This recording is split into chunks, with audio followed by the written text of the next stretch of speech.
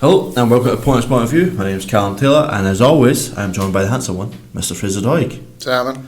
Yeah, New Year, consistent 2020. plans. We're gonna do that this time. Our Christmas break is over, even though we did say we were going to try and finish this Lord of the Rings trilogy before we went for Christmas break. But things fell apart. We took our Christmas break anyway, and we are now back for 2020. So if you were waiting for the last part of Lord of the Rings, you know, some folk had to wait a year, so only you had to just wait a couple of months. So just it's not that bad. Yeah. But yeah, we had a good Christmas break. Well, I had a good Christmas break. Yeah. Apart from when I ended up in hospital, I can get into that later. His mum gave him vegetables. But this is going to be our little roundup from 2019. Yeah. It's what we did over the Christmas break, because obviously when we decided we wanted to spend a lot of time with our families, so we never reviewed Star Wars, which will be in this. We never talked about The Witcher, which will be in this. We're obviously going to talk about Lord of the Rings, and then any tiny little other bits and bobs that we've done over the last month. Yeah. I'd say so. Yeah. And also anything that we miss out. It's mostly stuff that there's not enough details about yet. Like obviously gaming news that we're not talking about isn't really. All we know is that's there, but we don't know more about it. So also, anyway. we don't want to make this a news episode because most of the stuff has either been discussed and that you've heard for a long time. This is just our thoughts on stuff that we did do over the last common month instead of like news. It's kind of like what we done lately / recap. Yeah, more or less, just from the end of 2019. Yeah. So, would you like to? We'll start with Lord of the Rings. Yeah. I feel like obviously that, like we said, there's not going to be any news this time. But after this one, everything's going to go back to normal. Yeah. So, I mean, because of the Christmas time, I watched this quite a while ago. See, the weird thing is, right? I watched this before Christmas, and I didn't finish it. Right, so I went, Kim, what, I need to go back and recap and finish what I missed. I've waited so long to finish this that it's come off free to Prime. Wow. Aye. I was like, Lord, fuck it, it's on free, why not? You should have said it. I've got them on Blu-ray, so. But this is one of the things about Lord of the Rings is I've probably watched it consistently quite a few times. That like even though I saw this not ages ago, it's not like it was November time. It was definitely in December, but. Because I've seen it so many times, I kind of know stuff and I remember quite a lot of it anyway. I took notes because sensible. Yes. He's even got a posh new jotter, people. A new notebook. Yeah, so 2020 feels snazzy. So I've got a leatherback one. Yeah. I mean, this to me was like the weakest.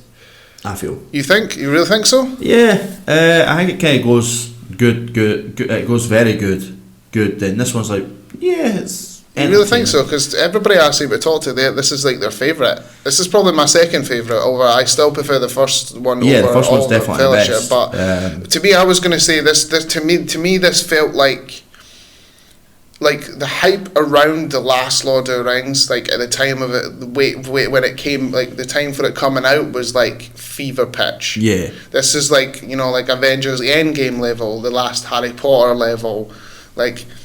Yeah. Things that had been built over the long amount of time where folk were like choking at the bit for it. I think it's completely don't get me wrong, achieves. I do not think it's a bad film, so don't take it that way. What I simply mean is, out of the three, I just don't. I like this the least, and I think it's mainly because I didn't like some of the fight scenes in this, especially what we'll get to later, so the ghost bits and stuff like that. And some of the CGI is really quite bad, so it kind of took me out of it. And maybe it's because how I split the film between like 3 months, so I'm probably okay.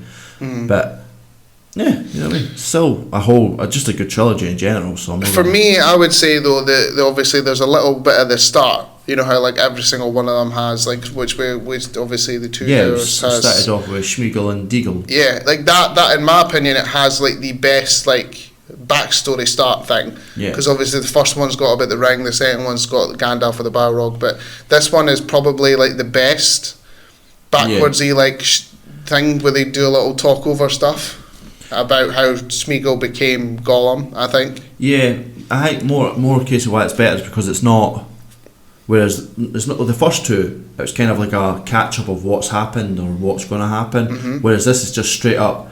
By the way, here's that character and why he's like this. Yeah, fair enough. I mean, so it's kind of just says, oh, this is why he is the way he is. Yeah. I agree. I agree with that. I think that, again, it's one of the things that we've talked about many times on this podcast. Andy Serkis is a genius and is absolutely fantastic. Yes.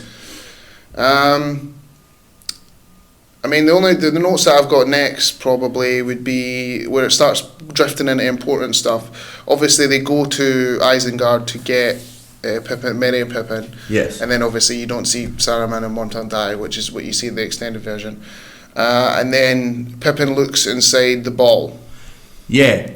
So it kind of reminds me what we were saying about the first one. They're kind of bumbling idiots, yes. And then they kind of redeem themselves. And then straight away they ruin. A little bit of like at the start, they turn into bumbling idiots again, but then it drifts into not bumbling idiots because like Pippin, in my opinion, Pippin has my favourite bit in all of Lord of the Rings.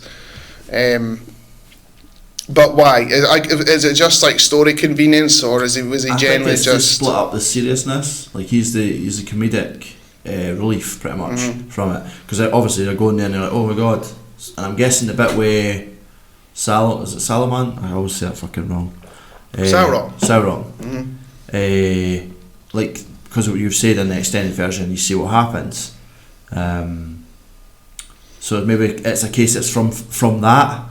So if you're watching the normal version, you've seen this bit, and then it goes straight to this. You're kind of out of it a bit. Well, he sees it in the water, and then obviously he's obsessed with it. Then like he's so curious, and then obviously Gandalf picks it up and tells him like, "Don't you fucking dare!" Yeah. Which is like if somebody tells you not to touch that, the only thing you want to do is touch it. Don't touch the red ball. Don't touch the red ball. Don't touch so the it's like don't look in that ball. So he's like, "Okay, I want to look at the damn ball."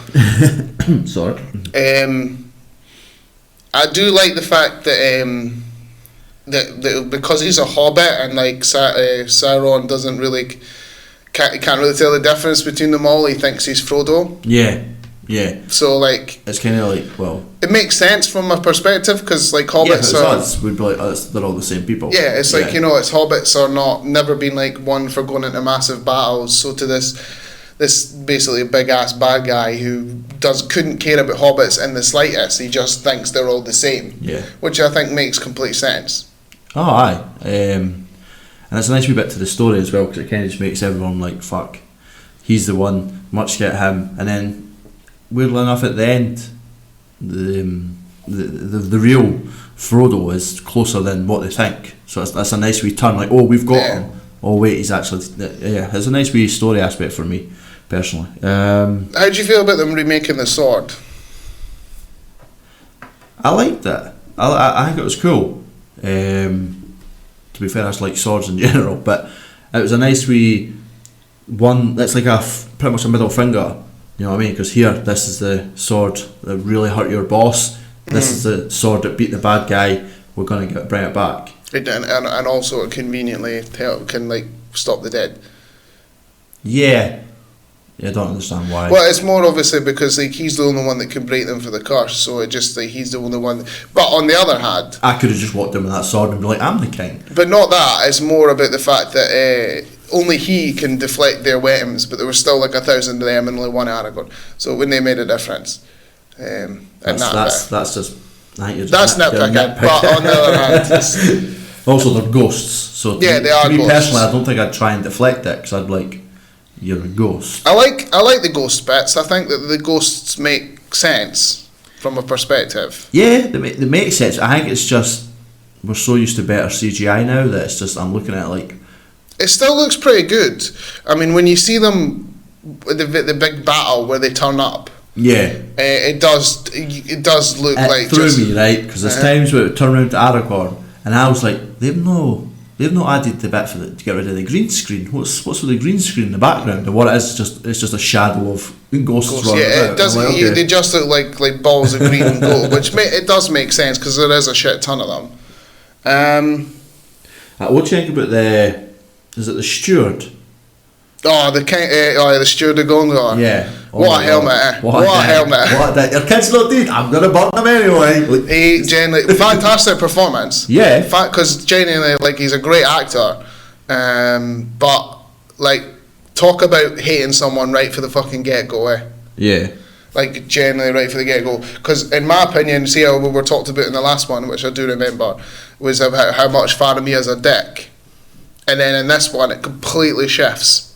Yeah. Where you understand why the way he was in the last one, because he's basically trying to impress his father, because his father could not give a shit about him and only cared about Boromir. Yeah. Where I feel so sorry for Faramir in this point, which again, like I can talk about it now. Really, it's not about this time, but I'm going to talk about it. It's so the bit where Faramir retreats from that place. Yeah. And comes back and tells his dad, and his dad's like, go take it back. And he's like, well, there's a shit ton. And he's like, tough shit, basically, and sends him back. And obviously Pippin has put himself as in lines with him. Yeah, like when he kneels. And he's dead. And he asks him if he can sing.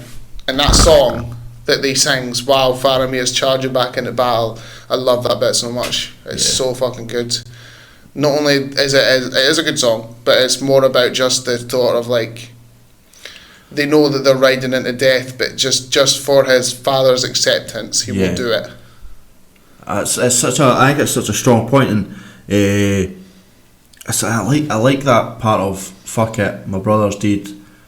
I'm gonna show my dad that I'm a brave soldier and I can do this. And even though his dad doesn't care until like he thinks he's dead, and then he like fucking pours his heart out and gets all upset because he's fucking mental. My son's dead, and like his son's still alive, shaking by his dad, and Pippin's like he's not dead. He's like, my son's dead. Also, we can finally talk about it. We've hinted at it since we talked about the first one and the second one. We are officially in to Dick Frodo.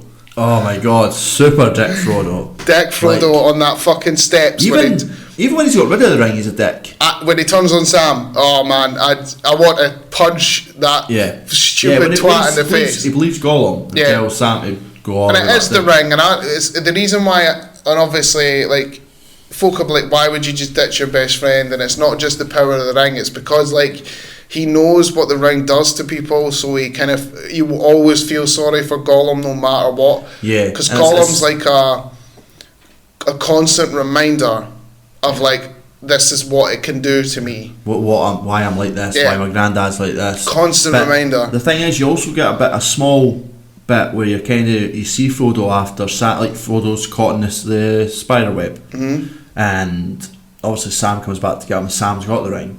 And Frodo's clearly like, give me it back. And you start to think, this is being a dickie, and he just wants it. But he takes it and he starts to realise where he's like, I don't want it to corrupt you. Like, I don't want it to hurt you like it's doing to me. And I like that, because it kind of gives Sam comfort of why this is happening. If you know what I mean? I still think that Sam would have handed it over anyway. Like he does, because like... Also, it kind of annoyed me, sorry, interrupt you. It kind of annoyed me that it didn't affect Sam at all. It's because he's too good. Until I just went, here's the ring, and it's just like, ooh, shiny. You know what I mean? Like, it annoys me, because if it's on you, it's meant to affect you at the same time. Mm-hmm. But maybe Sam's got special trousers. Sam's too good, that's why Sam is such a good human being, and not having the ring. I love how Sam literally carried this film. Carried Frodo's journey, and then literally carried him at the end. Sam carries this film from the beginning. Sam, that's why Sam will always be the best. Yeah. Like in my opinion, Sam will always be the best.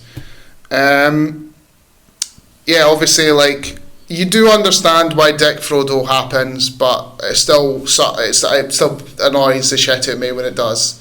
When he because at the end of the day, he's like, Sam, you should go home. It's like, yeah, where and when and how? Like, but no, just go, mate. It's like, obviously, and Gollum's like doesn't think about like the way of throwing the bread over the thing. It's not going to go that far. Yeah. But by that point, all he cares about is the ring. Mm. But then again, it's all due to circumstances, because the only reason he does it is because he thinks that he was betrayed by Frodo in the first place, which he wasn't. So it all just kind of weaves in amongst himself. Yeah. But yeah, Dick Frodo, it finally happened. Also, fuck those spiders. Not for anything to do with the story. I just fucking hate spiders. What, the Shelob? Yeah. It's weird that you never knew she was in the game. Like the two Lord of the Ring games that they brought out, the ones that's pretty much just a hack and slash. Yeah. The newer ones, I can't remember what the fuck they're called now. The Shadow of Mordor ones, yeah. Aye, that's quite weird. I thought you'd know that. Because she's massive in the story for that. Do you want to talk about the big fucking battle? Or because we can talk a little bit more about the spider. The spider is a creepy bit. Yeah, but that's merely just a I hate spiders moment for me then. When you talk about like CG, some of it not holding up, it totally holds up with the spider. Yeah, 100%. It's so fucking good how they done it. They definitely put a shit ton of detail into Spider. Yeah. Don't get me wrong. The main CG moments for me is really the backdrop type moments. Mm-hmm. Like it's never like an orc or one of the Nazgul riders. You know what I mean? Yeah. Like it's never one of them. One of the Hellhawks. I remember. I still remember. No, it's just set like backdrop moments that really just took me out. But yeah, I liked. Okay, would you listen to Gimli and keep the ghosts if you knew you were literally just going back to battle? No, because at the end of the day, they could easily just turn on everybody else because only Aragorn could fight back. So if he turns, I'm not going to keep my vow. Yeah, like we're going to kill you now. Exactly, because only Aragorn can fight back. I get you. So they released them. But that battle in general, that battle's better than Helm's Deep. You think so? I think it's better than Helm's Deep. I love Helm's Deep. Helm's Deep is good, and I completely agree that it's not bad in the slightest. But this one is much better and I love the moment between Gandalf and Pippin just before it happens, where he's sort of asking about what death and what's after thereafter, which is just the tiny little moments of like just talking before everything goes to absolute shit. And I mean the whole reason is because of fucking the steward is just an asshole, such an asshole. Such a. It's like he does it especially when like, I know we're skipping forward a bit, but when he runs out from like on fire, or or before he's on fire, and he like sees they're all there. Like he's not known that they were coming this whole fucking time because he could not give a rat's ass about his people or his place, but he still thinks he's like the best person on planet Earth. What I like about him, not him really, but the story, is the fact that a lot of people are saying like how power corrupts and like if people get too rich they stop caring about little people, and he is a massive representation of that because he just doesn't care. He's clearly sat on that, I'm just going to call it a stool. The bit that makes me real angry with him, that if I had to climb into that screen and punch him in the face, is when he does see the battle and his first thing he says is like, Rowan abandoned me. He instantly blames someone else instead of taking any responsibility. It's not his fault whatsoever. Yeah, I was just like, fuck you. Also, I know, and it was Rachel that pointed out to me when we watched this. You know when he's on fire and he falls out that little gap? Yeah. It makes sense from a perspective of like that's cool, but in a real life situation, that gap is incredibly dangerous. Yes. Why would you have it? No idea. And also, think about all the people who were there at the end. Yeah, that gap's nearly there too. Yeah, like I feel like someone's kneeled down with, oh shit! Like that is an incredibly dangerous gap. It's a cool picture with him coming out on fire, but that gap is incredibly dangerous. Yeah. We can talk about Eowyn and Merry and that whole battle in itself. I love when Rohan turns up. Yeah, leaps off the ship. No, the Rohan, the king, shows up in the battle with the horses. Alright, aye, so that's true. It gave me goosebumps at that moment. Because to me, that bit is better than when Gandalf turns up in the last one. Aye. Like the Rohan turning up to help Gondor is better than like Gandalf reappearing. Not that just this is someone being there of turning up. We can also confirm. Mind you, we were like, I think Carl Urban ends up with that last at the end, and it turns out to be what's his name? It's Faramir. Faramir. Yeah, me and Rachel argued about that for the entire film because he was like, I'm pretty sure, and I was like, I'm sure it's Faramir. Because we were like, I was like, that's a brother, and you're like, no, they end up together. I can't remember which one. It was one of the. At the end of the day, no matter who it was, it's a discount Aragorn. Like that's what she because I'm glad there was no more of that. She finally becomes not fucking just wanting Aragorn's D and actually does something. Yeah. which that's why I like her in this one. She just annoys me in the last one. Yeah, it kind of shows a badass move and stuff like that. Yeah, she's so much better in this one. Like, so much better. And obviously she kills the Witch King. Although, do you want to talk about when the elephants turn up first? Yeah, the horn. And is it the war horn that's blown? Aye, they all have different war horns, but theirs sounds like a vuvuzela. Yeah, I think that was so fucking cool. I understand that there's certain people that would go on the bad side, because that's just nature in general, people do that. But every time I see normal people going with him, I'm like, why?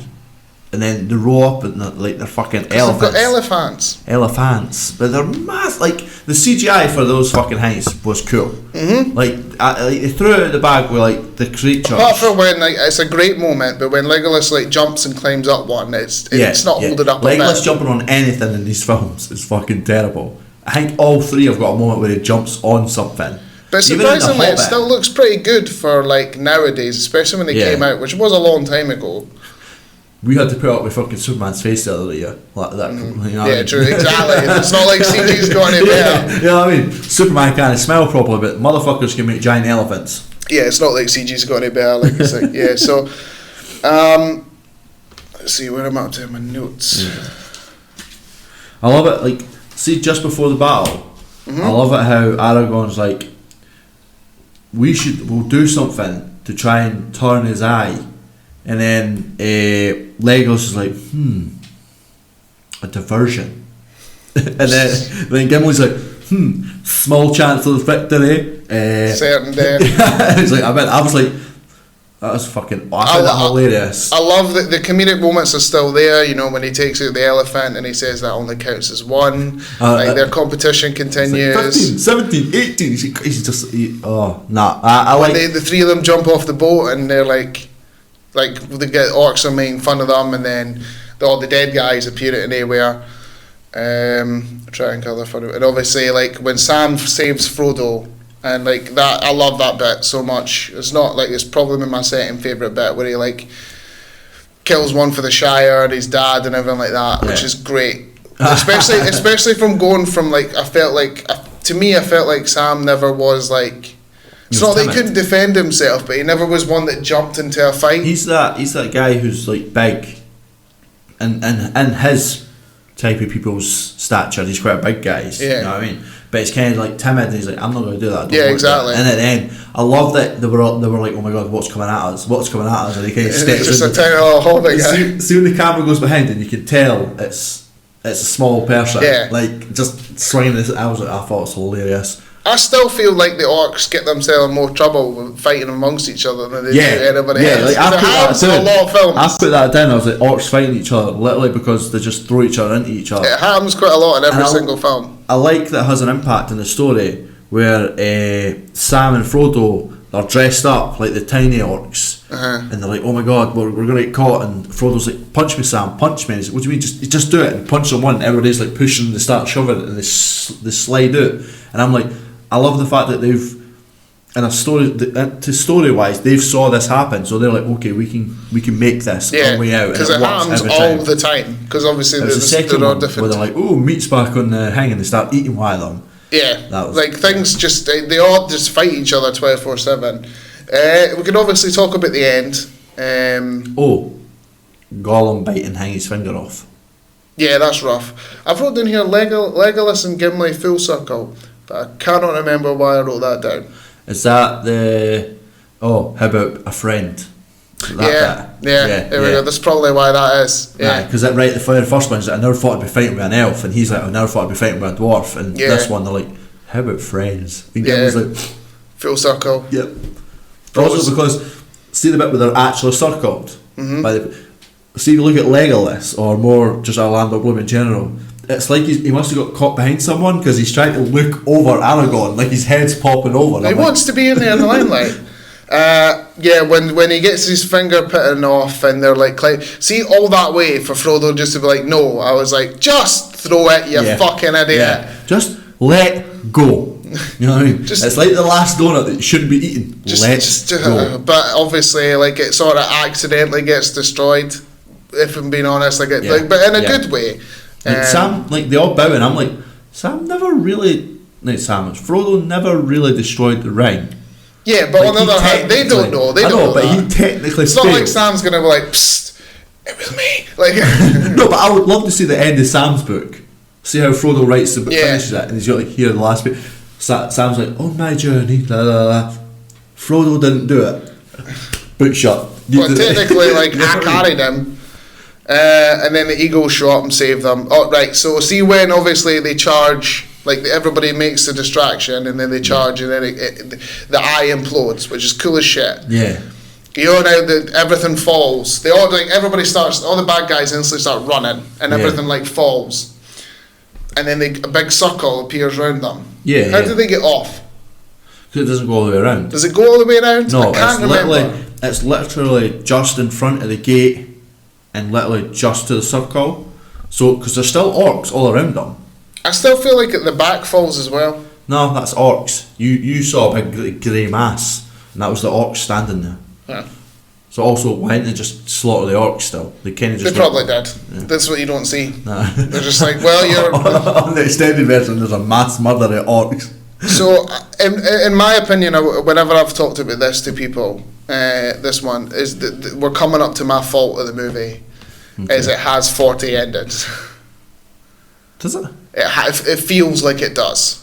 Oh, right, aye, yeah. Obviously, I'm exaggerating for saying 40, but it has about 4. Also, the biggest I am a dick Frodo moment, I feel. We're going to go take my granddad on his last journey. Oh, by the way, I'm going. Right, but he's dying. Yeah, but no one knows this. Yeah, besides Gandalf and the elves. Yeah, but there's 3 best friends who literally risked their life, right? Never got to have a true last moment. But Frodo can't. It's not his fault that he's dying. It's the wound that he got from Weathertop is not healed. That's what he says to him. It's never healed properly. It's been 4 He's years. not got a choice. He's not got a choice, but he has to go wherever that is. Also, I thought I can't remember her name, but the she-elf, Galadriel. I just never forget the one that ends up with Aragorn. Oh, not Eowyn, but it's spelled a bit differently. Yeah. She the one that she becomes human in this time because she sees that she's going to have a son. But like, for me, I can remember when the elves were like, "We need to leave now." Mm-hmm. All the elves go except her. Where do all these elves keep coming from? Because they're like, "Oh, we all need to leave. We're leaving now." And that's like, I think the second film they said it in the beginning. Because there's a lot of elves and they're all going to where the boat goes. Yeah, but they're like, "This is the last travel." Because when she goes away on the horse, that guy who's looking after her does a shit job. He's like, "No, don't go, Your Majesty. Where are you going?" It's I'm going to stand still and do nothing. But where are you going? Like, I'm nitpicking, right? No, don't run away. But I'm nitpicking, right? But I'm like, do I need to read the books or something? They're all going to the heaven. Or whatever, I'm assuming it's. They're going to Elfland, right? And like, it's like Legoland. Gandalf has to go because he was only put back for reasons. That's not the boat. Eh? They said at the beginning of the film, we are leaving now. This is our last trip. We are gone. They're not all on that boat. There is different boats. That's not what they said. They said, this is it. This is our last trip. We're going, right? Once. That was it. There's one thing. We're all going. But that's that sect of elves, not all of the elves in the world. It's just that one area that's going. That makes no sense. It does make sense because the elf guy is the king of those elves. There's a queen of the elf and there's a king of the elf. There's 2 types of elves. Yeah, the ones on the boat at the end.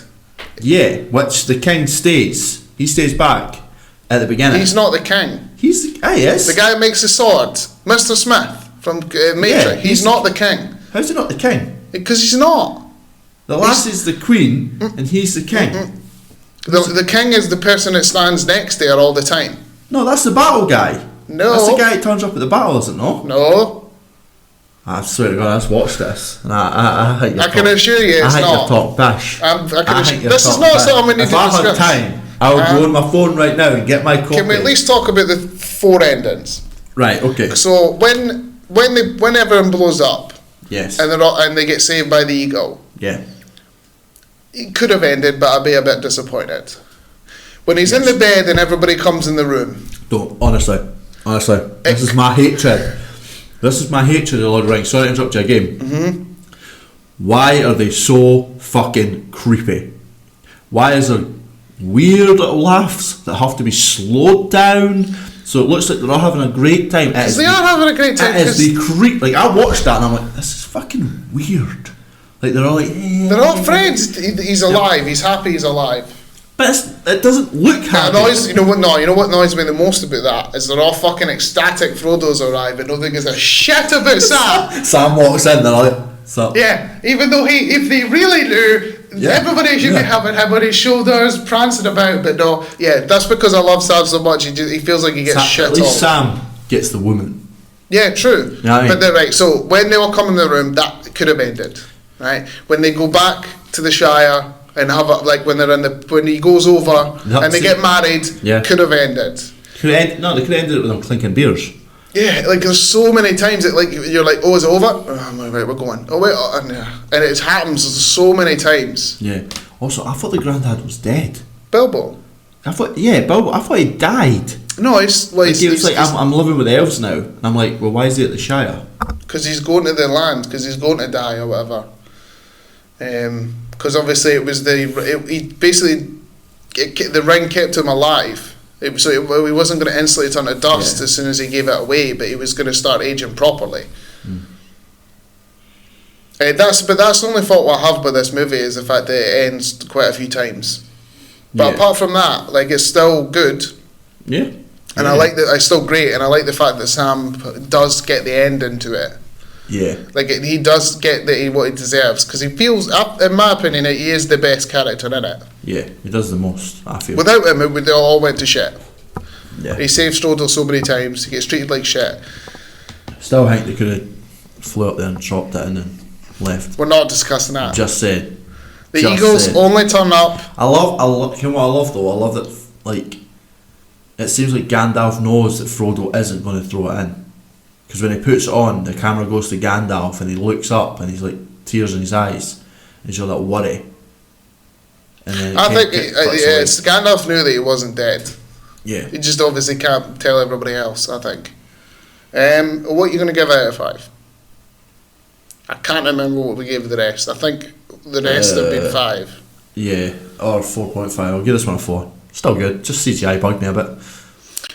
I'll give it a 4.5. I think I gave the Two Towers a 4.5 and then the first one a 5. So that seems a bit right for me because they're all damn close. Yeah. I just like the first one the most because it's just personal preference.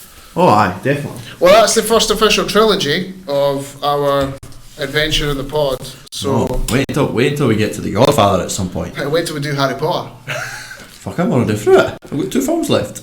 Well, but I'm not making. I can't go back and watch the first ones. It's just because like it came out such a long time ago and their children. Yeah, what it is. It's because you can't watch Hermione Granger grow up anywhere. I'm past it now. Right, so now we're going to do our retrospective of the end of 2019 for us. That's so we're going to start with something that we had massive hype for. That we talked about in a lot of discussion. Yes. Is The Witcher. Which I hyped a lot, and you said, and I quote, "Don't get yourself too hyped for it." It's true. You don't want to get too hyped of it, and I'll happily 100% admit when I'm wrong. Yes, because that's the thing is I don't want to get super because see what we're going to talk about next. I was excited for it, and the opposite happened. Yeah. Where do you want to start with this? So first of all, I'll go to this right. First of all, it is not trying, and it is not now trying to be Game of Thrones. I don't think besides horses, swords, and people hating people, that's the only thing that connects it. Just putting it out there. Also, like it's very. Obviously, it's been, and then we're now in 2020. So, spoilers if you have not decided to watch it yet. If you've not watched it, it's because you do not care about The Witcher. Well, I've spoken to a lot of people who don't know anything about it and chose after I've been recommended to watch it and watched it. Yeah. And know nothing about it. That's like my dad. He has zero taste in TV shows, right? But I went watch this with me because he was like, I watched the first episode of Game of Thrones, hated it. So he thinks the same. He's looked at this and went, "Oh, that's like magic and people." So it's same. Like I understand people saying that. Yeah, that's fair. But I made him watch 3 episodes, and he's like, "I love this." So yeah, there's a few people that I've been at work and I've asked them if they've watched The Witcher, and they're like, "No, I don't have a clue what it is, and I probably won't get it." I'm like, just give it a chance, because you don't need to have played the game or read any of the books or anything like that to even understand this. Yeah, because I've got people, like, my cousins are like, "Nah, we're not watching it. We'll watch the trailer." And it just doesn't interest us. I'm like, cool, you're idiots, but cool.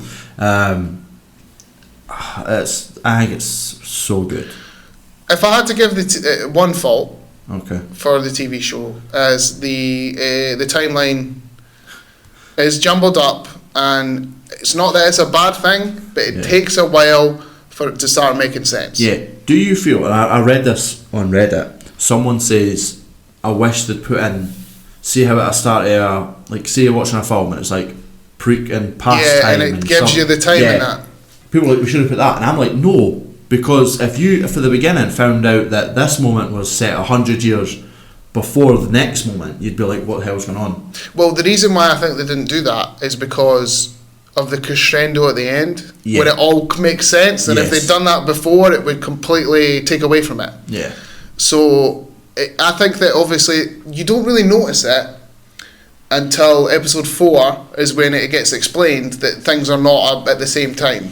Yeah. And then obviously you're trying to figure out between which is before and which is hanging. You can kind of do it yourself.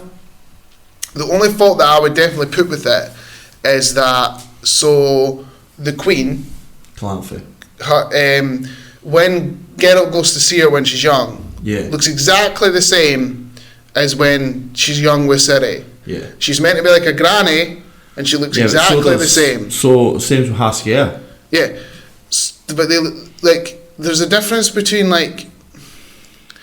With her, there's definitive moments where you can it's 20 or 13 years. So with him, you're kind of like, we don't know when he's really. It's fine, but when they like call her a granny and she looks the fucking same age as I am, you're like, maybe just a bit of old makeup or something. Yeah. Just to maybe be like, so when Geralt sees her, you're like, okay, this is clearly when she's young. Yeah. And then like, oh, this is when she's old. But the fact she looks exactly the same, you're meant to be like, okay. But it's the same for all of them. Like of Sintra. Like you look at Mousak, doesn't change. Apart from the beard. No, the beard's always there. I'm sure he has he pulls his hair back. I'm sure he has a bushier beard at the wedding, right? And then when he's like up to date, it's more clean shaven. You think that, but because his hair's down, so it looks less. But then in the but he's a mage, so he could be older. Yeah, that's true. But then you've got the guy from Skellige. Mm-hmm. That's what I'm saying. Like, see the human characters, the ones that don't age slowly. Yeah. They should have at least had a bit of old makeup. I'm not saying they needed to be like old people, but at least have it make it look in a bit. That like, or have a costume be a bit like more or old person. Like going back to Lord of the Rings, even what they did with Aragorn, when they did when she looks into her future and he's got like a grey beard. Yeah, that's just something simple as that. That's like, because I know that I've heard like this is a complaint that I've heard a lot of people go with it is the timeline is a bit all over the shop. Yeah. And obviously I didn't realise that things were going at a different time until episode 4. Episode 4 is when it makes complete sense that things aren't going at the same time. But Ken, and also the other reason why they do that is there's obviously this. What the first book in the trilogy, and if the first book is technically Blood of Elves, right? But not really, because like The Last Wish came out. It's like a prequel. It's a prequel. And like this is based on technically the very first book, and the very first book in the series which you read is The Last Wish, is all jumbled up side quests and little bits. Yeah. So the TV show is exactly like the book, where it does move from timeline to timeline to timeline. So they are technically doing it right. It's the fact that in a TV show, sometimes it can be not off-putting, but sometimes it can be a bit confusing. Yeah, because to be fair, people who never watched it will be like, what's going on? Exactly. People who only played the games, not like you've got Rachel's, your partner would have been like, this is what the book's like, where anyone who's just played the games would be like, why is the timeline doing that? Mm-hmm. You know what I mean? And like I say, by episode 4 is when it makes sense. It starts making sense by episode 4. See, because I'm watching it a second time with my dad. Mm-hmm. Pardon me. Like you didn't notice, like you never noticed the first time. See, the second time, like Renfrew's a character in the first episode. She literally turns around and goes, what's her fucking name? Calanthe is just won her first war, right? But later on in that episode, Ciri's like, oh, you were my age when you won your first war. So the first episode actually tells you how big the difference time is, but you never notice that. You just because it's because obviously it doesn't explain that they're born at different times. So you just assume until it starts making sense. Like, I definitely know that Ciri's and Geralt is at the same time, but I'm still a bit confused at where if Yennefer's and Geralt ham at the same time. Because that's one thing that never. Like, yes, they meet at one point, but like, does theirs start? Does her start at the same time as he becomes a butcher of Blaviken? Like, does she? Or is this is the thing? I don't think so, because, well, I think the butcher of Blaviken has happened a few years before she's became a mage. She's still younger than him, right? Because when he first meets her, she's like, oh, the White Wolf, the famous White Wolf of Geralt of Rivia. So he's known, and what put him on the map really was being the butcher of Blaviken. And because even though Yennefer is quite, let's just say, a bitchy character at times, which is how she's meant to be. Yeah, she won't tell. She's still got manners because she's attracted. She's like, oh, okay, he's hot. So she's not going to be like, oh, the butcher.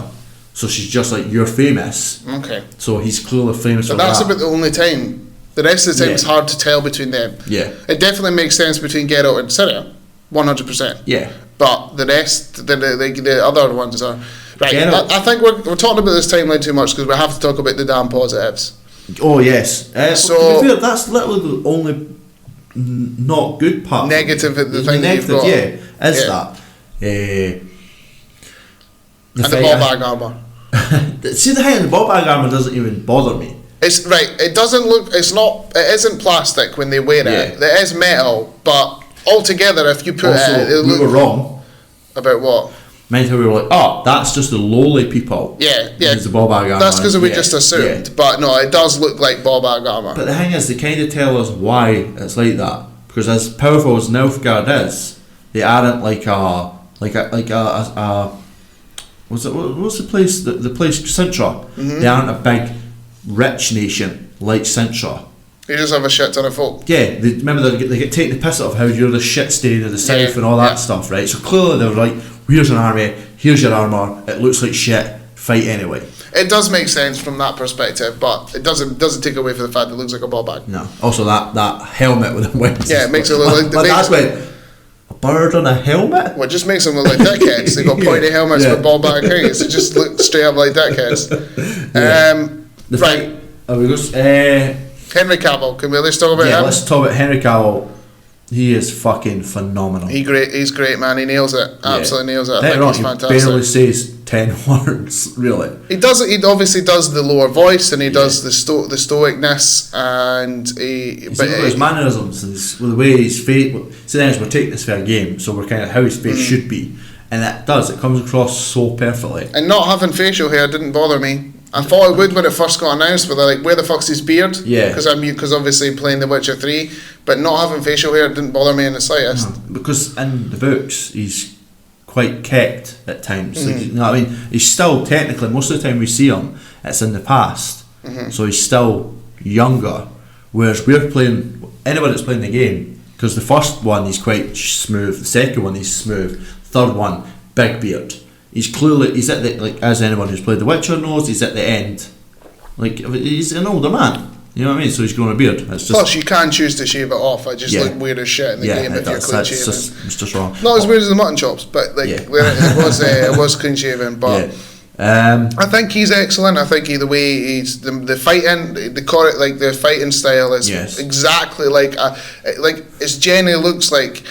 And I know that they've clearly took the fighting style from the games, because it looks exactly like when you fight a bunch of folk. Yes. Like, there's no difference. The sort of dance fighting where there's a lot of like swinging around and throwing stuff and Yeah, definitely, 100%. What I love too is they gave him not every sign. Like, he only uses 3, I think. 2, I think. It's the push, which is is that the Ard? Yeah, and he uses the mind one. That's it. You don't see him do anything else. He doesn't do this. He goes like this. He does. I love how it looks like he's just rubbing his fingers. It looks like he's like total asking for a waiter or something like that. Yeah, but I feel like if they had him doing like hands, it would look like Star Wars. Yeah, exactly. And I like that. I like that he's kind of. Yeah, he's just. I don't know what it is. It's just he kens because Henry Cavill has again spoken about this on a level of. Clearly a lot of admiration. He's played the games twice and he's read countless amount of books. A lot of people, I like how a lot of people were kind of like, oh, but he was barely in it really, if you think about it. And I'm like, but the thing is that the first season is like him they're bringing everyone together with a backstory. So this is what the last has done. Like it's like the origin it's from the origin of when he was the butcher, because it's not right from the beginning. Yeah. The person that you get right for the beginning is Yennefer, who, when this lassie got announced, I was a tiny bit worried, but I think she also did a fucking fantastic job. She, like, before she was even Yennefer of Vengergard. You're right the first time. Was it? Anyway, I like the fact that when she's not actually that full character, she pulls it off to a T. She still has that nature of. That's one thing is like Yennefer had the shit out of me in the game. Yeah. And I asked when the wife read the book and asked if she was the same way, and she says yes. And obviously when she starts being annoying as fucking this, especially when she complains about they took away to have a children from me, and I'm like, no, choice. You gave that up. Yeah. And I complained about that at the time, but Rachel turned to me and goes, but that's exactly what Yennefer is like. Obviously I'll get to that later, but I've read some of it, and but see word by word, like her first meeting with Geralt, what they did in the TV show is word by word, exactly from the book. Like they didn't change it. That is word for word. It's not like the way she interacts with Geralt, which is true, good. It's more about when she does say they took it from her, and obviously the audience is like, no, you gave it away. Yeah. But that is classic Yennefer, where she will always she feels like she's constantly the victim. Yeah. She always fucking finds a way to say that things aren't going her way, because she wants to be the end all and be all. Yeah.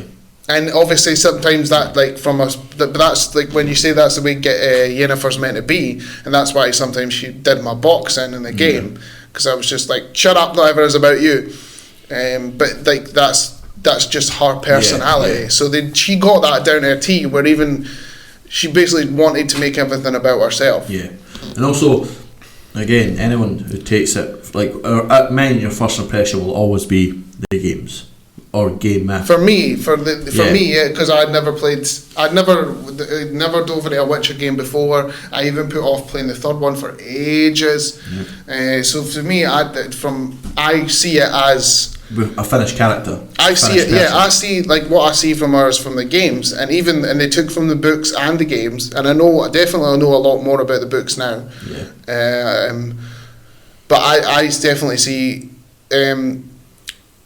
Another problem I'd have with the TV show is that because they started off series at the same time as Yennefer's and Geralt, so she was there from episode 1. Yeah. A lot of the time in episodes, it's just a lot of running and screaming. Yeah. And she doesn't really do anything else. And some bits are also pointless.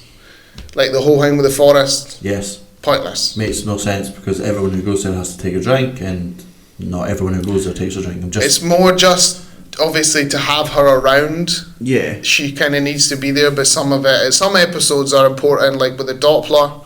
Yeah. And where she's escaping in the first place, and she goes to the camp, and obviously near the end with the house and coming across Geralt. But then other episodes she's kind of just wandering through a forest, and occasionally goes treat. Yeah, but what I like about some of that, besides the screaming all the time, because I get it, you can scream, it's the fact that they still play to her, I'm a child. Mm-hmm. I don't know, I was sheltered. So she walks up to a camp and hey, hiya, and she'll go in the forest, still a bit hesitant. It does change when she gets to that village. Like when she starts, like especially when she comes across the people she used to play games with, and they're like, she thinks they're going to be nice, and it turns out they're just dicks.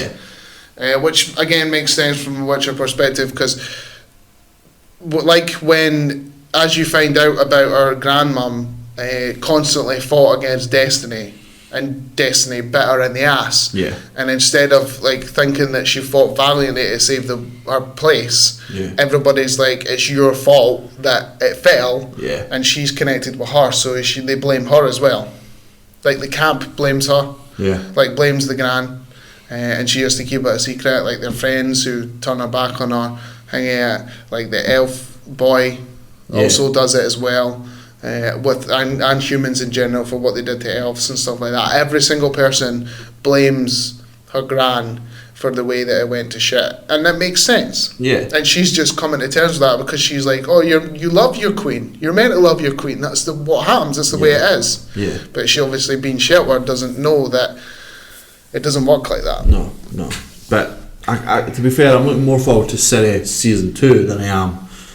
Like, I knew for it, like when we were watching it, Rachel was like, I know it's going to end with the two of them meeting, and she nailed it right on the head. Like it, literally, when they come together, is exactly when it ends. And it's straight out of the game as well. That moment is also just in the game where they run each other. But anyway, we're skipping ahead. I think it's absolutely fantastic. It's going to be a while before we get season 2. I see on Henry Cavill's Instagram that it's going into pre-production, not even production. So it's going to be a while before we get season 2. But I'm definitely looking forward to it. We jump on the next one. Haskier, hands down, favourite character. Oh yeah, or AKA Dandelion or Dandelion. Yeah, so he's not called Dandelion in this, and that's because in the book, in the Polish version, Jaskier means flower, which is dandelion in our. So in the English version of the book, it's dandelion. So that's why it's called. And then anyone. I think they're going to put it in it somehow. I think he's going to get the name, but I can't wait to see what they do, because some people say dandelion, some people say dandelion. I think it's going to be. I think he is. We can't forget about him. Whoever the actor is, I think he's fantastic. Sam Bailey. That song is also great. Tulsa County Richer. Like it's fantastic. It's such a good song. Also, the memes are ridiculous. The remixes on YouTube and the covers are all great. But I'd definitely 100% give it a watch if you haven't. There's so many characters. I feel like we could actually sit for an hour, talk each episode, and talk each character. We can go into a little bit more at another point, but I think this is going to be a bit of a long one, so we kind of need to move on. We'll roll on to more Star Wars stuff. We're going to talk about Star Wars: Rise of Skywalker. So I've got muddled up there. This film was Fraser's favourite out of all the new ones. Why would you know?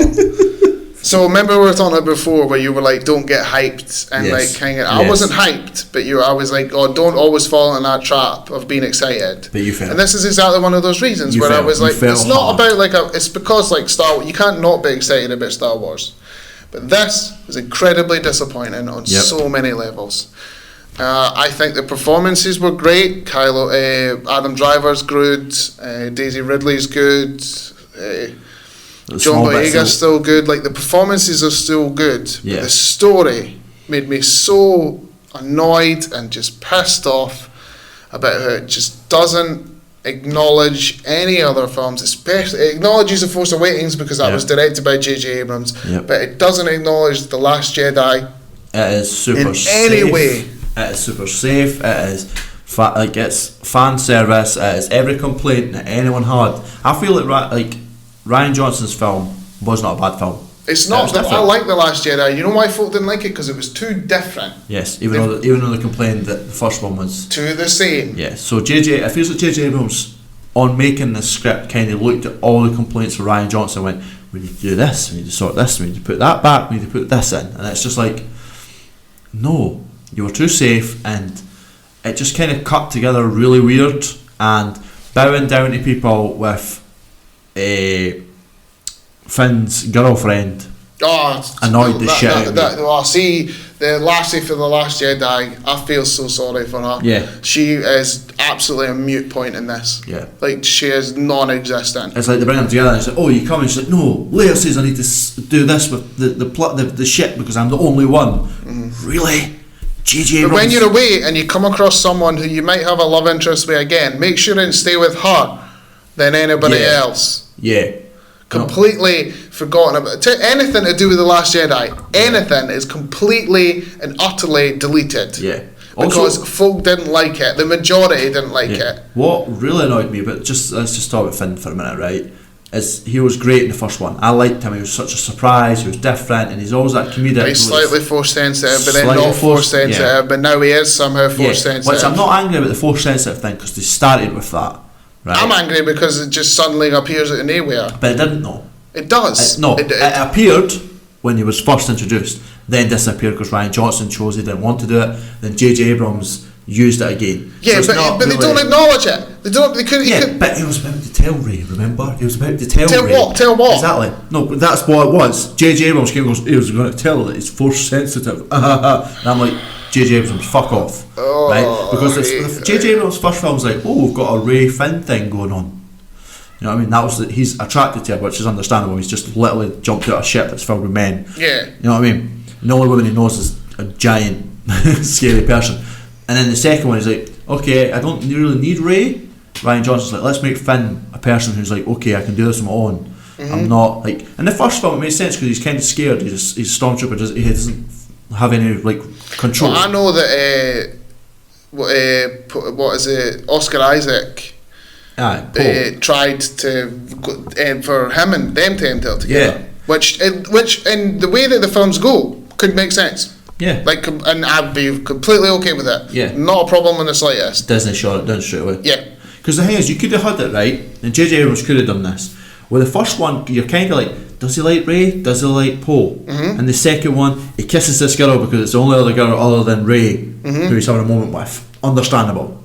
And then the third one, it could have him go, oh, me and Poe actually like each other, and that's it. But they kind of just, we'll bring in a third girl and let's... The only tiny bit you got for that is when they're all celebrating and the two lasses kiss, and then they move out. Oh my god, that is such a... When we go to put this out in China, let's delete this bit. Yeah, it's ridiculous. Yeah, it's absolutely ridiculous. Like, who cares? Who cares who these these characters who are not real end up with? Yeah. It's not affecting anybody. Who cares? You can end up whoever you want as long as they're fucking happy or whatever. I don't care. Can we talk about horses? Well, we talked about that already. Alright, no. You go to something before that. I'm going to take a drink. Can we talk about how everything seems to be get the thing to get another thing? Yeah. Can we talk about how Chewie dies but doesn't die because somehow there's another ship? Can we talk about the fact spoiler that... if anyone hasn't seen... I don't care. I'm sorry. I'm sorry for whoever's... If you haven't seen the new stuff, I'm doing you a favour. Yeah. Because honestly, the more I thought about this film over the last of the Christmas break that we had, the more I disliked it.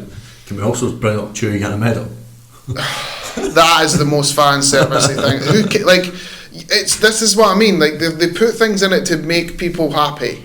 Yeah. Like the only thing that where it comes to stuff and it kind of is a bit all over the shop that it's not their fault is Leia.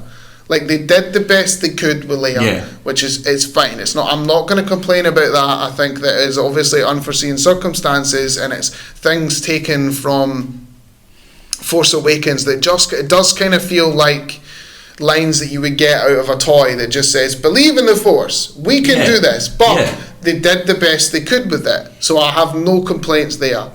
I just have the main issue with me with this one is that it doesn't acknowledge the last one. It feels like all three films are fucking separate, and just because you can somehow say that the big fat the Emperor was in charge the whole time and folk are like why, and basically J.J. Abrams is like because, but why, but because. Yeah. Because I said so. Like, how is he back? But reasons. Yeah. Just reasons and stuff. Yeah. Stuff and things. And you're like, do you want to explain any of this? No, it's fine.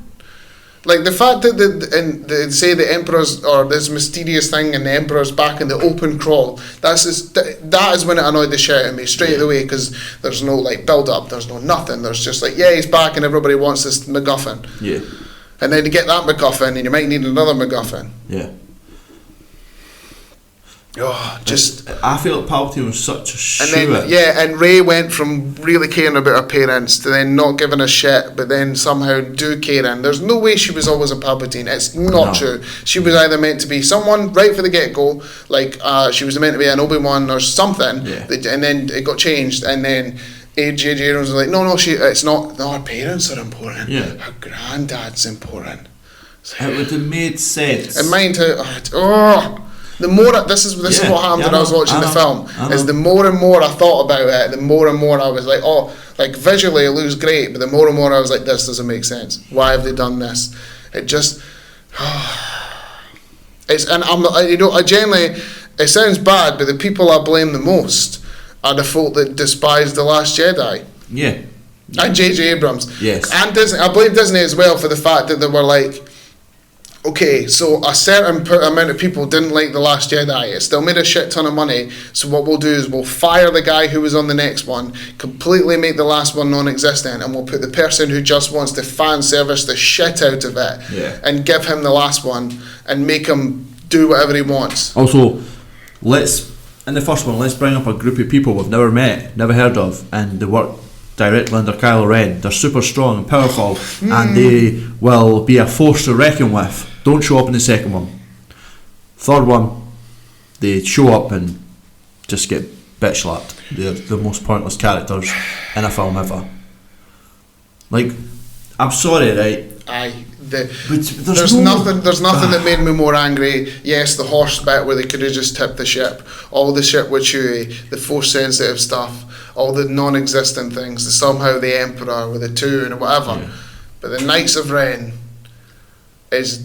that is Disney's trilogy in a nutshell.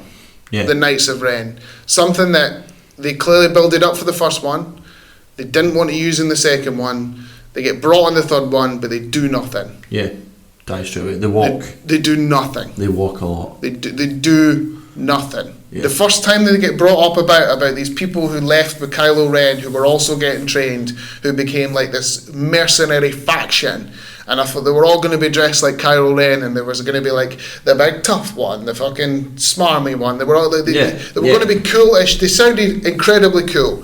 But they've brought out a comic that acknowledges them or like shows their ranks. But not everybody reads comics. No, that's no offense. I get that they do that a lot. Like Chewie got a medal from the first films, but he told in that his people do not keep medallion, like, don't keep jewellery. They're not that. And then they bring up the fact that Palpatine was the one that blew up Luke's training facility. It's just right? And then again, you've just said the fucking Knights of Ren stuff. Knights of Ren. But in the movie, they do nothing. And then when again, the only person for me that feels like they've earned any sort of character build was Kylo Ren.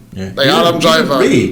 Rey's character, like, she has a small moment. But that's not. That's the thing. It's not her fault. No, I get that. Because it's not Daisy Ridley's fault. Because in the first one she was clearly told that she was important, and then the second one told that she didn't matter, and then this one she is important, and it's all over the shop. Well, at least Kylo's is kind of consistent. You're bad. This is why you're bad. It's consistent. But the rest is kind of all over the shop. Same as Finn's all over the shop. Same as Poe's all over the shop. Why are they so surprised about Poe's past? It does my box in.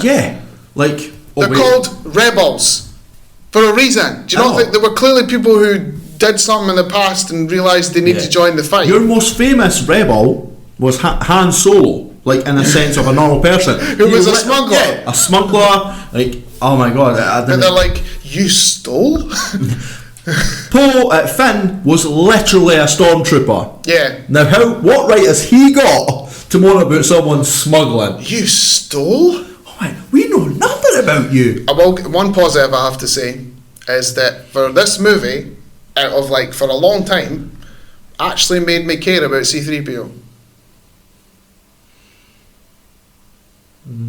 About him losing his memory and the friend stuff and not being able to like read Sith languages, like makes it that genuinely for the first time I was like, you don't just talk in the background and do everybody's box in.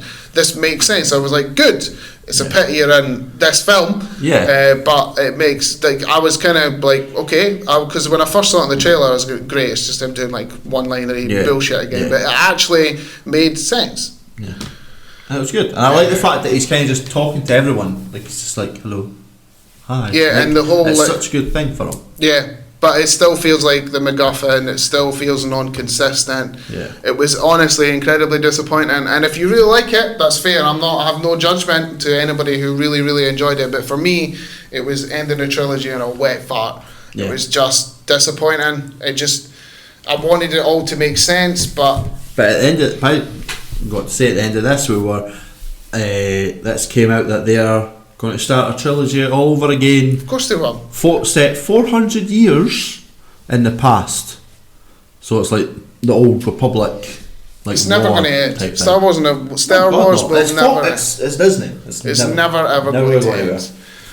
Right, well that's that, and I'd say that the last thing we're probably going to talk about here is we'll just do a little roundup of everything else that we've done over the time.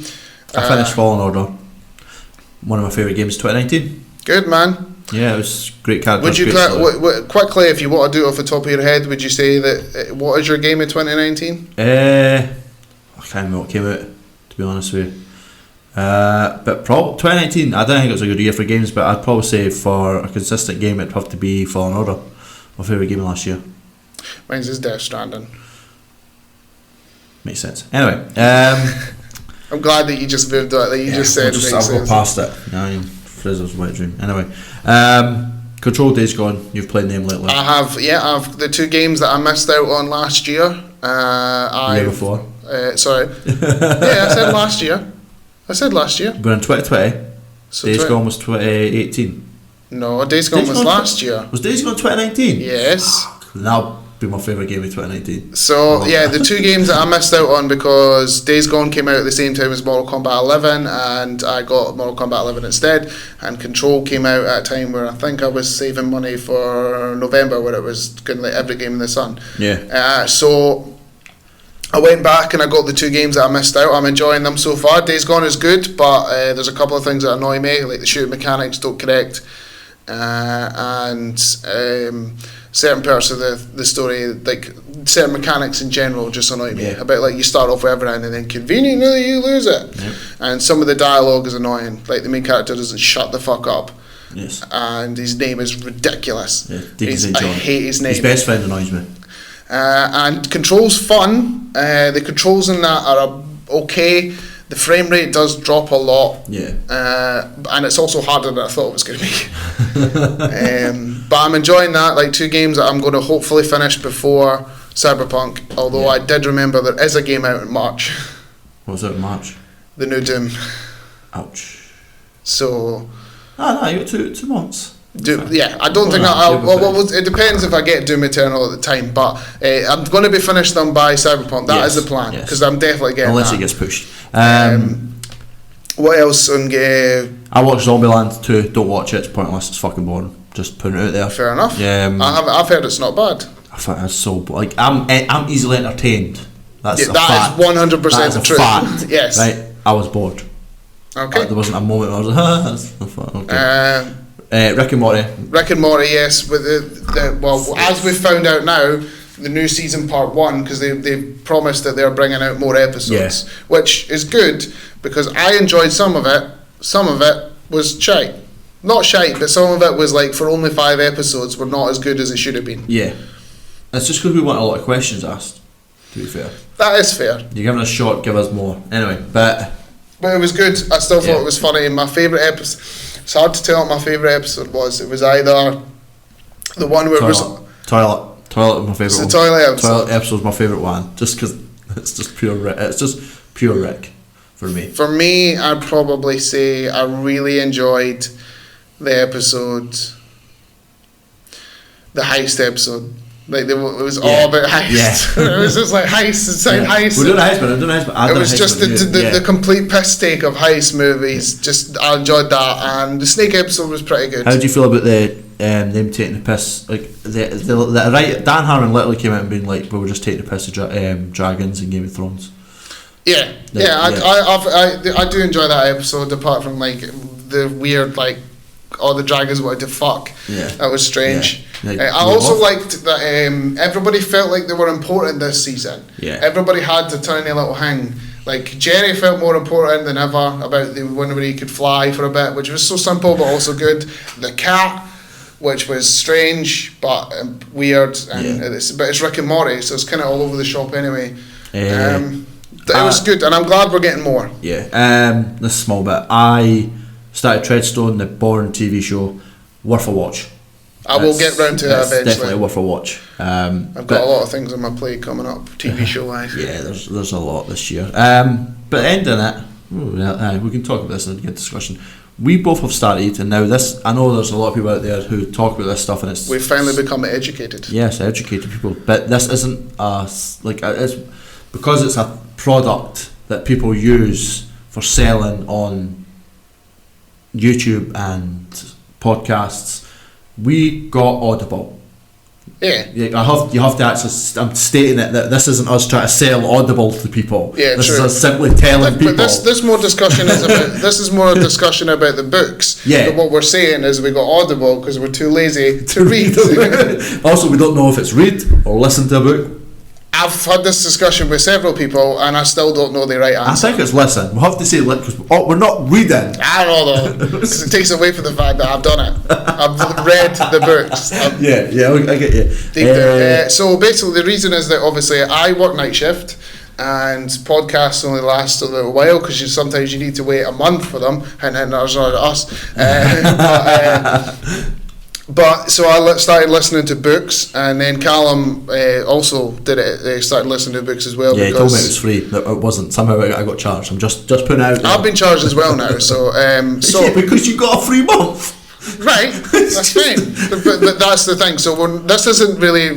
We're not like coming to say like. So Audible's got this and there's like that's not what we're doing. We're just saying that's what we're using for books because we're too lazy to read. Yeah. Okay. Do you want to go first? Because I'd say you've got more than I have. Because I've got more time on my hands because of work. Yeah. Because of the Witcher game and now because of the TV show, I decided to get the Witcher books. The first two, I am 5 hours into the first one, and like you said, it is literally just the first season of of The Witcher. Honestly, it's awesome, like listening to this and hearing all the stories in more details and the bits that are different from the TV show. What's thrown me is he's calling Dandelion Dandelion, and the fact that he gives Geralt a Yorkshire accent. Like it throws me something rotten. But such like I like the fact that I'm catching up on all the stuff now, and wee bits that I wish were in the TV show. Like in the books, he's got a priest. He's got like a priestess who's like his friend. Yeah, Rachel's telling me this. Like so there's a boy at my work who she can't talk, but she's took a vow of silence. Yeah, there's two. There's one who he doesn't want to have a séance with, and she's the one that can't talk because supposedly she's touched by the angel or whatever, right? And he just kind of says everything with the talk. It's the only time like getting it off his chest. Yeah, because obviously Geralt he barely talks, but this he kind of gives it all out to people. Because she can't say it. Yeah, she's kind of just there to listen and stuff like that. The way that there's a boy at my work who's also listening to them as well. The way he put it to me is, again, that I haven't watched this show, so this has gone all over the shop. But he said there's a bit in Game of Thrones where Jon Snow talks to someone who had his tongue cut out and can't read or write, and it's a way to get shit off his chest, and it's like that. Yeah, you're perfectly. That's literally it.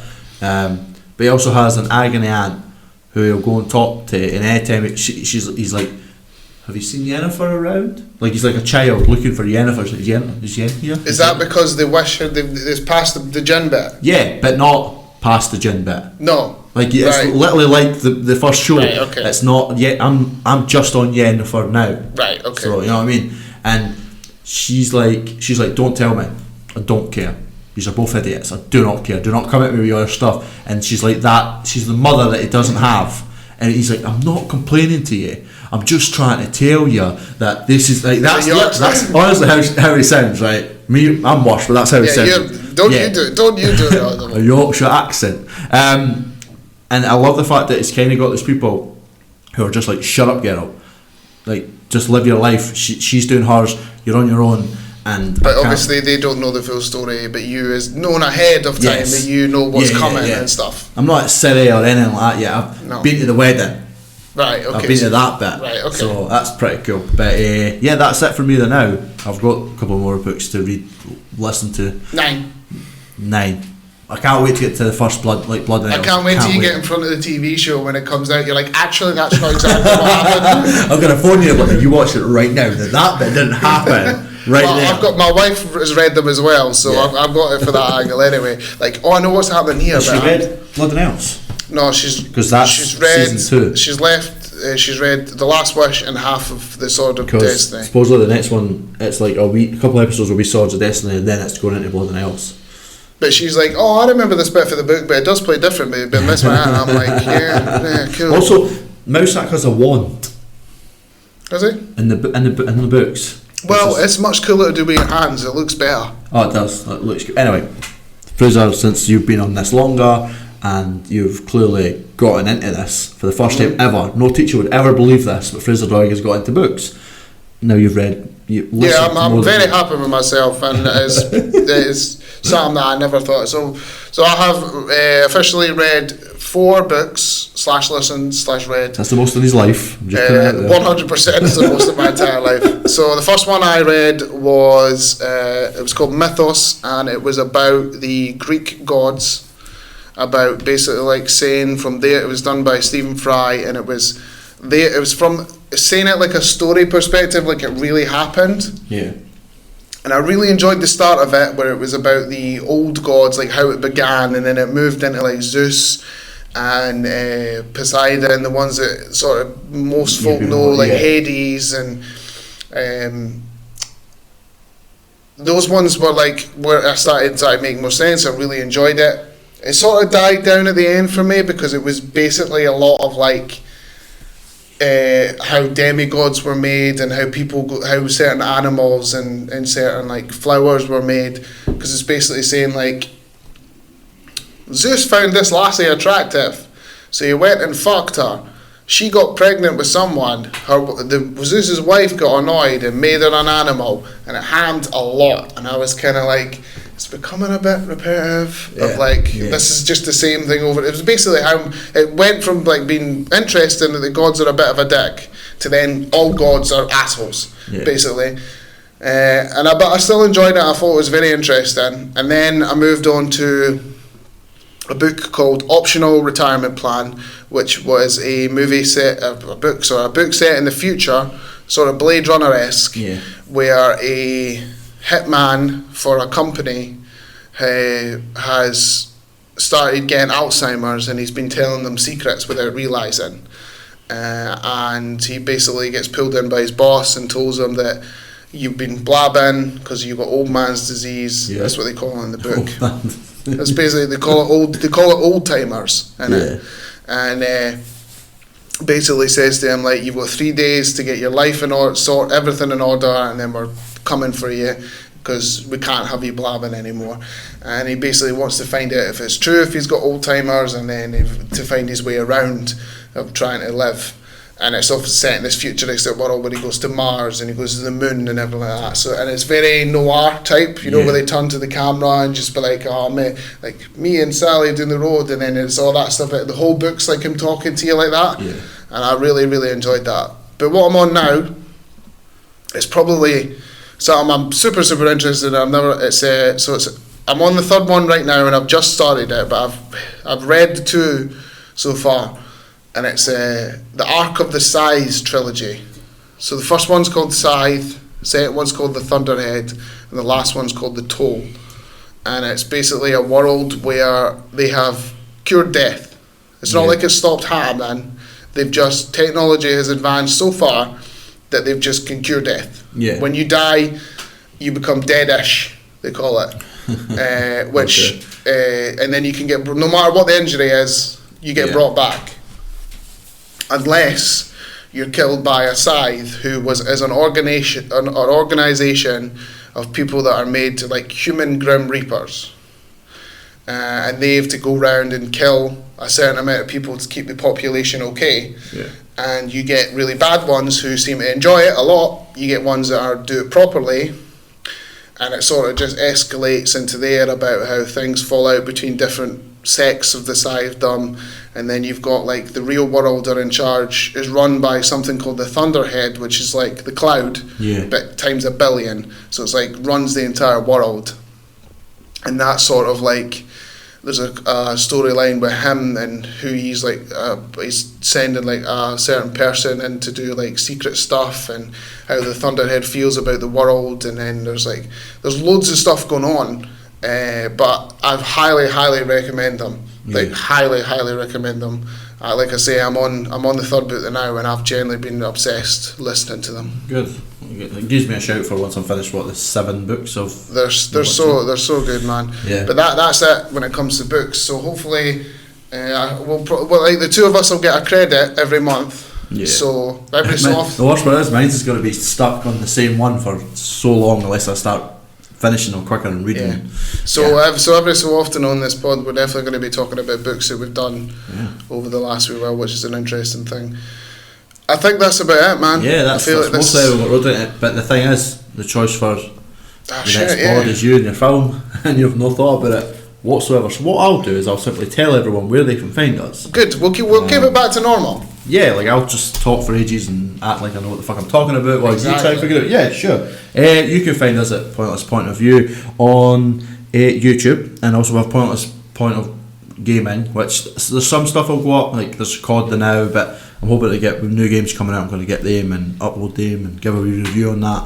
You can find us on Pointless Point of View on the @ofpointless on Twitter, and on Instagram it's Pointless Point of View, where I tend to put up pictures and with news and stuff like that. That's about it. I don't think Fraser's even picked a film yet. You thought of it yet? Keep going. I don't know if I want to do a Facebook page for our channel. I got it. Thank fuck, I don't know how I was going to go with that. Right. I have chosen, because there's a few that I had in my mind actually, but I've kind of, over the time, I've forgotten. I have chosen Shawshank Redemption. Oh, nice. Nice choice. I think I'm going to go get myself a posh wee book like you. Make myself feel cool. It's a really good film. I know that, have you seen it? I'm sure you've seen it. Yes, I've seen it. So yeah, we'll go with Shawshank Redemption. Good choice. I'll get this episode done. It will be out by Friday. We're going to try and keep this on a set thing of Sundays. We'll record on Sundays. More likely the episodes will be out on Mondays. This is going to be a consistent 2020 thing. Yes, but because we're doing this today, the next episode will probably be recorded next Sunday. We'll figure it out. We'll work it out. But don't worry about it. But I have been Callum. I've been Fraser.